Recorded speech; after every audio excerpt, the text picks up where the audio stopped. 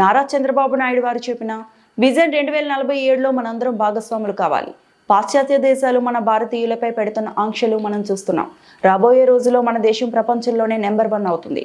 మన పిల్లలు అందరూ మన దేశంలోనే నెంబర్ 1 గా ఉంటారు. అండ్ ఇక్కడ ఉన్న అందరం వీఆర్ విట్నెసింగ్ ఎవ్రీ డే. మనం టీవీస్ లో చూస్తూ ఉన్నాం. ఏం చూస్తున్నాం? ప్రతిరోజు పాశ్చాత్య దేశాలు ఏం జరుగుతోంది? మనల్ని తరిమి కొడుతున్నారు, బయటికి వెళ్ళిపోమంటున్నారు. ఎక్కడో ఒక్క చోట యుఎస్ లో స్టార్ట్ అయింది, అన్ని బ్రిటిష్ కంట్రీస్ లో అది విస్తరించింది. ఒక UK, Russia, everywhere, Poland, everywhere go back theme తో. అంటే మనల్ని అవమానించడంతో పాటు చంపేస్తున్నారు కూడా. మనం ఇది చాలా జాగ్రత్తగా గుర్తుపెట్టుకోవాలా, ఆచరించాలి కూడా. ఇక్కడ వచ్చిన ప్రతి మహిళ కొన్ని వందల వేల మందికి మెసేజ్ ఇవ్వాలి. మనము తీసుకునే నిర్ణయం మన పిల్లల్ని, వాళ్ళ పిల్లల్ని కాపాడగలుగుతాం. మన నేషన్ లోనే, అంటే మన ఊర్లోనే, ఎక్కడ పుట్టామో అక్కడే పెరగాలి, అక్కడే చనిపోవాలి. మన దేశంలోనే ఉండాలి.